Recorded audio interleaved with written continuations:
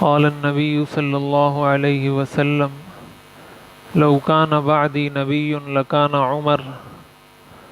حضور نبی کریم سرور دو عالم صلی اللہ علیہ وسلم نے ارشاد فرمایا، اگر میرے بعد کوئی نبی ہوتا تو وہ عمر ابن خطاب ہوتا۔ یہ مسند احمد اور ترمذی شریف کی روایت ہے۔ حضرت عقبہ ابن عامر رضی اللہ تعالیٰ عنہ اس حدیث شریف کے راوی ہیں۔ اس حدیث میں حضور علیہ السلام نے امت کو حضرت عمر رضی اللہ تعالیٰ عنہ کا مقام اور مرتبہ سمجھایا ہے۔ ظاہر ہے کہ پیغمبر کی ہر بات وحی ہوا کرتی ہے، اور پھر حضور علیہ السلام کا کسی کے بارے میں ایسی تعریف کرنا کہ اگر میرے بعد نبوت کسی کو ملنی ہوتی تو اس کے لیے سب سے مستحق شخصیت وہ حضرت عمر رضی اللہ تعالیٰ عنہ کی شخصیت ہے۔ اس سے یہ بات معلوم ہوتی ہے کہ حضرت عمر رضی اللہ تعالیٰ عنہ کو ایک تو حضور علیہ السلام سے محبت کتنی زیادہ تھی، دوسرا انہوں نے اسلام کے مزاج کو کتنا سمجھا تھا، اللہ تعالیٰ کے احکام کو سمجھ کر اپنی زندگی میں کس طریقے سے اس کو لاگو اور نافذ کیا تھا۔ حدیث کی کتابوں میں بہت سی ایسی مثالیں ہیں جن میں کئی آیات حضرت عمر رضی اللہ تعالیٰ عنہ کی فرمائش پر یا ان کی خواہش پر نازل ہوئی ہیں۔ حدیث شریف میں آتا ہے، حضرت عمر رضی اللہ تعالیٰ عنہ خود فرماتے ہیں، وافقت ربی فی ثلاث، کہ 3 مقامات پر میں نے اپنے رب کے ساتھ موافقت کی۔ حضور علیہ السلام سے حضرت عمر نے فرمایا کہ اگر ہم مقام ابراہیم کو مصلی بنائیں، مقام ابراہیم پر نماز پڑھیں تو کتنا ہی اچھا ہوگا۔ اس پر قرآن کریم کی یہ آیات نازل ہوئی، واتخذوا من مقام ابراہیم مصلی، کہ مقام ابراہیم پر نماز پڑھا کرو۔ اسی طرح حضرت عمر رضی اللہ تعالیٰ عنہ نے حضور علیہ السلام سے ایک مرتبہ عرض کیا کہ میری یہ خواہش ہے کہ ازواج مطہرات پردہ کیا کریں، ہر نیک اور فاسق فاجر ہر قسم کا شخص آ کر ان سے بات کرتا ہے، یہ بات مجھے اچھی نہیں لگتی۔ اس پر اللہ تعالیٰ نے جو آیت حجاب ہے، قل لبناتک ونساء المؤمنین یدنین علیہن من جلابیبہن، یہ آیات اللہ نے نازل فرمائی اور مسلمان عورتوں پر حجاب اور پردے کو لازم کیا۔ اسی طرح ازواج مطہرات، ایک مرتبہ حضور علیہ السلام کو کسی بات پر غصہ آیا تو حضرت عمر رضی اللہ تعالیٰ عنہ نے آ کر ان کو کچھ الفاظ، کچھ جملے کہے کہ اگر تم حضور کے ساتھ راضی نہیں ہو تو اللہ تعالیٰ تم سے بہتر ازواج حضور کو دے دے گا۔ یہی آیات قرآن کریم میں نازل ہوئی، عسیٰ ربہ ان طلقکن ان یبدلہ ازواجا خیرا منکن، کہ اگر انہوں نے تمہیں طلاق دے دی تو اللہ تعالیٰ تم سے بہتر ازواج ان کو عطا کر دے گا۔ اس کے علاوہ بھی کئی مقامات ہیں جو حضرت عمر رضی اللہ تعالیٰ عنہ کی خواہش پر اور ان کی منشا کے مطابق اس میں وحی نازل ہوئی ہے۔ حضرت عمر رضی اللہ تعالیٰ عنہ مسلمانوں کے دوسرے خلیفہ ہیں۔ اہل سنت والجماعت کا یہ عقیدہ ہے کہ سب سے پہلے خلیفہ حضرت ابو بکر صدیق رضی اللہ تعالیٰ عنہ ہیں، دوسرے خلیفہ حضرت عمر رضی اللہ تعالیٰ عنہ ہیں، تیسرے خلیفہ حضرت عثمان اور چوتھے خلیفہ حضرت علی رضی اللہ تعالیٰ عنہ ہیں۔ یہ اہل سنت کے شعار میں اور علامات میں سے یہ چیز ہے۔ حضرت ابو بکر اور حضرت عمر رضی اللہ تعالیٰ عنہما کو شیخین کہا جاتا ہے، اور حضرت عثمان اور حضرت علی کو ختنین کہا جاتا ہے۔ ختن کے معنی داماد کے ہوتے ہیں، چونکہ حضرت عثمان بھی حضور کے داماد ہیں اور حضرت علی بھی حضور کے داماد ہیں۔ تو اہل سنت والجماعت کا یہ شعار ہے، ان کی یہ علامت ہے، نفضل الشیخین ونحب الختنین، کہ ہم شیخین کو فضیلت دیتے ہیں۔ ہماری نظر میں، اہل سنت والجماعت کی نظر میں، حضرت ابو بکر صدیق رضی اللہ تعالیٰ عنہ کا درجہ تمام صحابہ میں سب سے بڑھ کر ہے۔ اس کے بعد دوسرے نمبر پر درجہ حضرت عمر رضی اللہ تعالیٰ عنہ کا مقام صحابہ میں سب سے بڑھ کر ہے۔ اس کے بعد تیسرے نمبر پر حضرت عثمان رضی اللہ تعالیٰ عنہ کا درجہ سب سے بڑھ کر ہے، اور چوتھے نمبر پر حضرت علی رضی اللہ تعالیٰ عنہ کا درجہ تمام صحابہ میں سب سے بڑھ کر ہے۔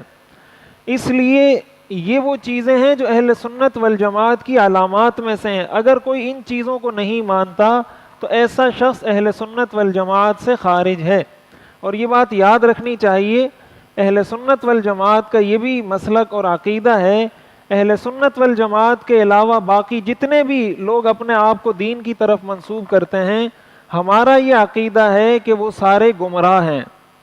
اہل سنت والجماعت سے خارج جتنے بھی فرقے ہیں، جتنے بھی طبقے ہیں جو اپنے آپ کو دین کی طرف منسوب کرتے ہیں، وہ سارے کے سارے گمراہ ہیں۔ پھر ان کی گمراہی، کسی کی گمراہی تو ایسی ہے کہ وہ مسلمان ہے لیکن گمراہ ہے، کچھ گمراہ ایسے ہیں کہ جو مسلمان ہی نہیں ہیں۔ تو یہ بات اچھے طریقے سے یاد رکھنی چاہیے کہ ہمارا دائرہ کار کیا ہے۔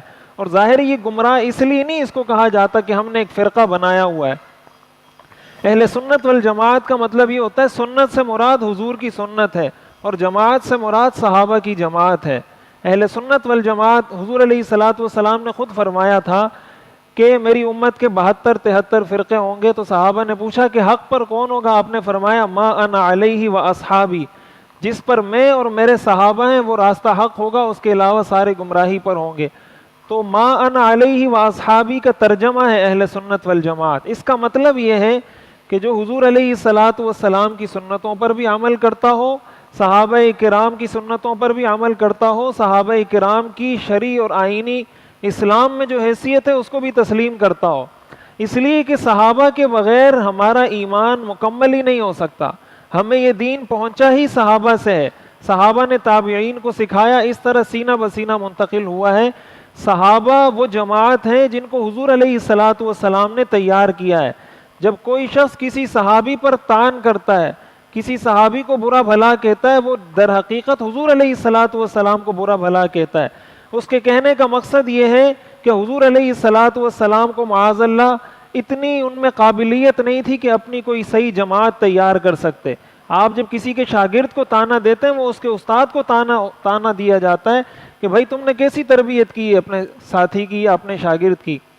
اس لیے سارے صحابہ کی جماعت کی عظمت کرنا، ان کی فضیلت کا اقرار کرنا، یہ بھی اہل سنت والجماعت کی علامات میں سے ہیں۔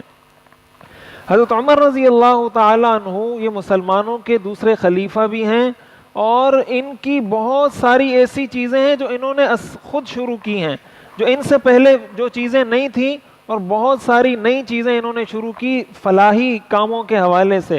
آج بھی جو دنیا کی بیسٹ ویلفیئر کنٹریز ہیں، اسکینڈینیوین کنٹریز، ان کے اندر حضرت عمر رضی اللہ تعالیٰ عنہ کا بنایا ہوا قانون چلتا ہے۔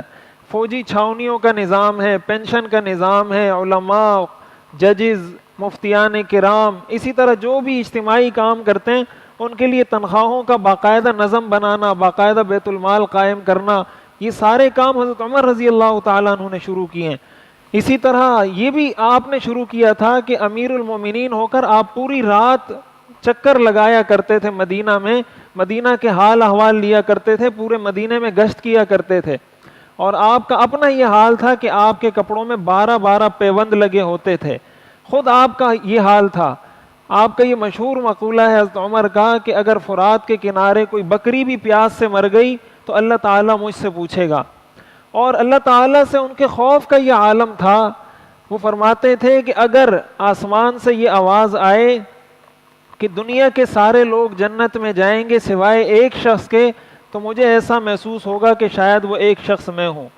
اور اللہ سے امید بھی اتنی تھی کہ فرماتے تھے کہ اگر اوپر سے آواز آئے کہ دنیا کے سارے لوگ جہنم میں جائیں گے سوائے ایک شخص کے، تو مجھے اللہ کی ذات سے امید ہے کہ اللہ میرے کو جنت میں بھیجیں گے۔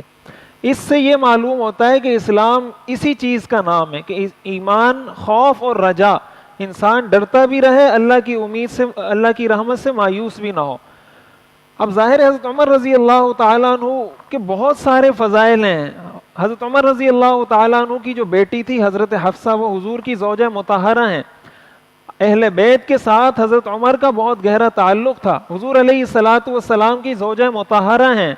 حضرت عمر حضور کے سسر ہیں، حضرت حفصہ حضرت عمر کی بیٹی ہیں، حضور علیہ الصلاۃ والسلام کی زوجہ مطہرہ ہیں۔